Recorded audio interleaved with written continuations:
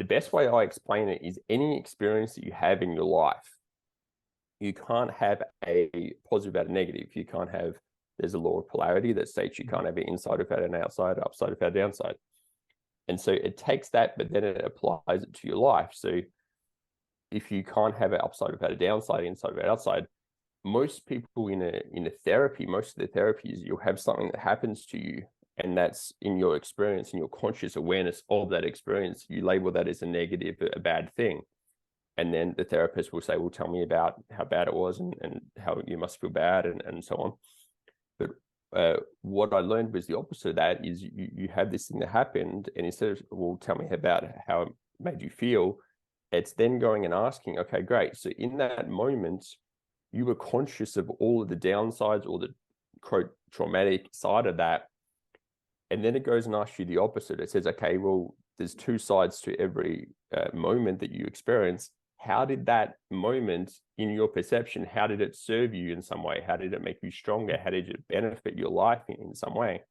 And usually when you ask someone that question, they're going to say, well, it wasn't a good thing. It was a bad thing. There was no benefit. But then if you ask them again, eventually they start to look, because initially they don't believe it, so they don't look.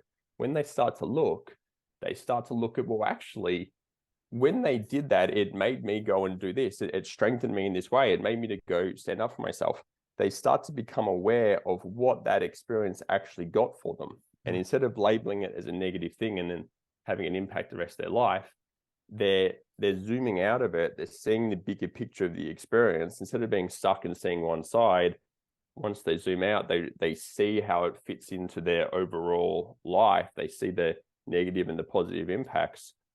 Once they get to a point in perception where they can see that it just as equally served them and benefited them and made them stronger in some way as it was a negative and a drawback, when they see both, a one-to-one ratio of perception, it's no longer a negative, it's no longer positive, just an experience. Now they're freed from it, because up until that point, that's going to run their life. Anything that reminds them of it, they're going to avoid. And so they're no longer in control of their life. Once they see one-to-one, it served and disserved to the same degree, now they're in control. Now they get to choose how they act instead of just reacting to anything that reminds them of them in the outside world in the future. Super interesting. I mean, I love, my mind personally works very mathematically. So the way you're explaining that really clicks with me in terms of obviously that base kind of principle of polarity, that if there's a good, there has to be a bad. If there's a bad, there has to be a good. And the offset to that makes so much sense, kind of logically, mathematically. So that's super interesting, kind of forcing someone, not forcing, but like opening their eyes to that. And in some ways forcing them to look for that positive. That makes so much sense.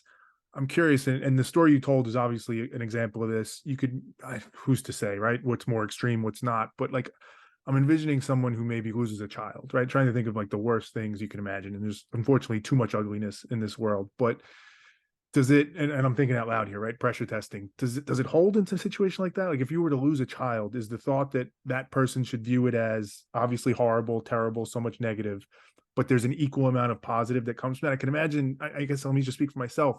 Conceptually, I get it, but there's a part of me viscerally that has a really hard time accepting that could be true. Is the thought that no matter the circumstance, no matter the extremity of the situation, that holds?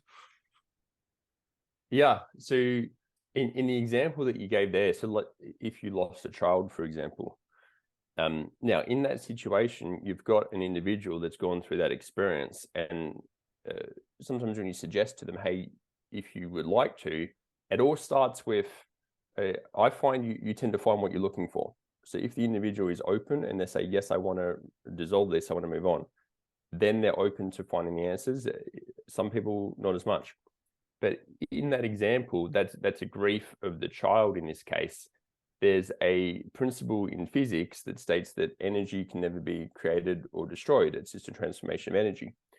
Now, the same you can apply to human behavior. So what I've found when I'm working through people with a grief, when someone passes away, you've got that, and I've experienced this as well with my mum. When you have that person and they're no longer with you, the moment that they pass, you have a conscious grief because you're missing all the things that you admire of them. I admire their conversations with them. I miss the hugs. I miss this and this. you don't miss the negatives. You don't miss, oh, well, they were really bossy or they left stuff around the house. You only miss the things that you admire. So you've got a conscious grief of all the things that you miss that you admire, and you've got an unconscious relief of, I don't have to deal with all these other things. Now, in society, Western society, they say, okay, when someone grieves, when someone dies, you grieve. In some of the South American countries, when someone dies, you have a celebration of their life.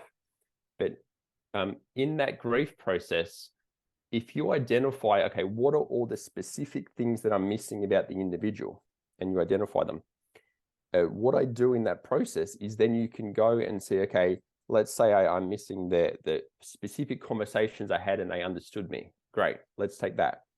And then what happens is, because energy is never created or destroyed, and human beings are just energy at the end of the day, if we break it down, if you go through a series of questions and you take your mind through a process, and the question we ask is, okay, from the moment that person passed away, who now took on those conversations?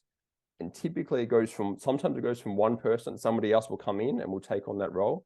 Most of the time it goes from that person, and now there's multiple different people. And so they say, oh, well, actually, I'm starting to talk to my sister about this, but it's not the same. Oh, because I'm talking to my friend about it, and he's doing this part of the conversation. And then there's this colleague at work, and I'm starting to talk about this. And what they find is maybe that's one person, maybe it's 8 or 10 people, but they eventually get to the point where they see that thing that I was missing from this person, now there's 9 different people that are taking up. And between the 9 people, it's equal to the one person previously. So now they see that conversation is not missing. Once they get to that point, there's still the attachment to that individual. So then we go and we take, okay, so we're conscious of all the upsides of those particular conversations. And then we need to go and ask them, well, what was the downside of those conversations? And they'll say, well, there's no downside. I really enjoyed them. They were great. But when they start to look for the answer to that question, if you ask your mind a question, it has to find an answer. They start to find all the downsides of that particular conversation. Oh, they became an authority in my life and I didn't listen to the other people, or I just asked them. They start to see all the downsides. Eventually, they then get to a point where they can see those conversations I had with that individual, they had upsides and they had downsides. And when they see them equally, 1-to-1 ratio, it's no longer a conditioned view of the person. They're not good or bad for the conversations. They go into an unconditioned view of the conversations where they're no longer judging it as good or bad. They've moved from a conditioned to unconditioned state. They're no longer attached to having the individual on that specific trait, mind you, for the conversations. You have to go through the rest of them as well. They're no longer attached to that trait of conversations because they see it's not missing. The 9 people taken up, it's dispersed in this case. And they're no longer attached to it. And then that particular trait of conversations, there's no longer a grief around it. It's not missing. I'm no longer attached to it. And then you go through and you do it with every other trait. And then once you've gone through them all, they realize that it's not a missingness, it's a transformation. And I'm not attached to it, and they can move on with their life from that point.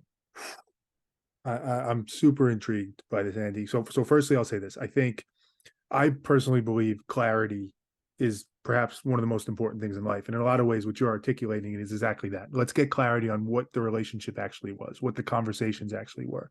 And it makes me think of a Immanuel Kant quote that I often reference, which is harsh, but I think applicable here, which is, if the truth shall kill them, let them die. Meaning, like, the truth is most important above all else. And if the truth is there were negative aspects of that conversation, even if that makes you uncomfortable to acknowledge, particularly after somebody passed, if it's the truth, you have to face it. Like, there's just a cold reality to it where you're better off always, and I believe this, acknowledging the truth and working from that position. So there's so much of that I like.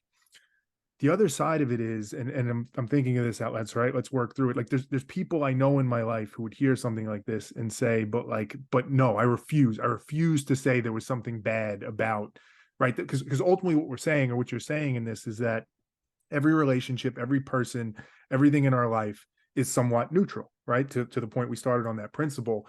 And I can envision somebody really struggling with the idea of having a child, let's stick with that they lost.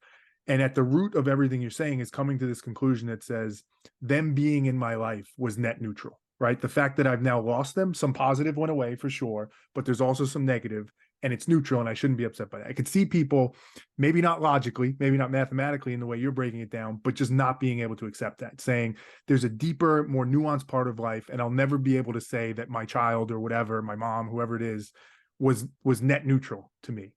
They were good, they were positive, that they were beautiful. That's the amazing love aspect of life. That's everything that makes life great. And I don't know that, I don't think that's what you're saying necessarily, although maybe, like, how do you think about that? How do you respond to that? Maybe it's the Kant quote. Maybe you're like, yeah, Terry, that's exactly what it is. And I know it sucks and it's hard to hear, but that's the reality. And that might be the truth. Is that kind of the case?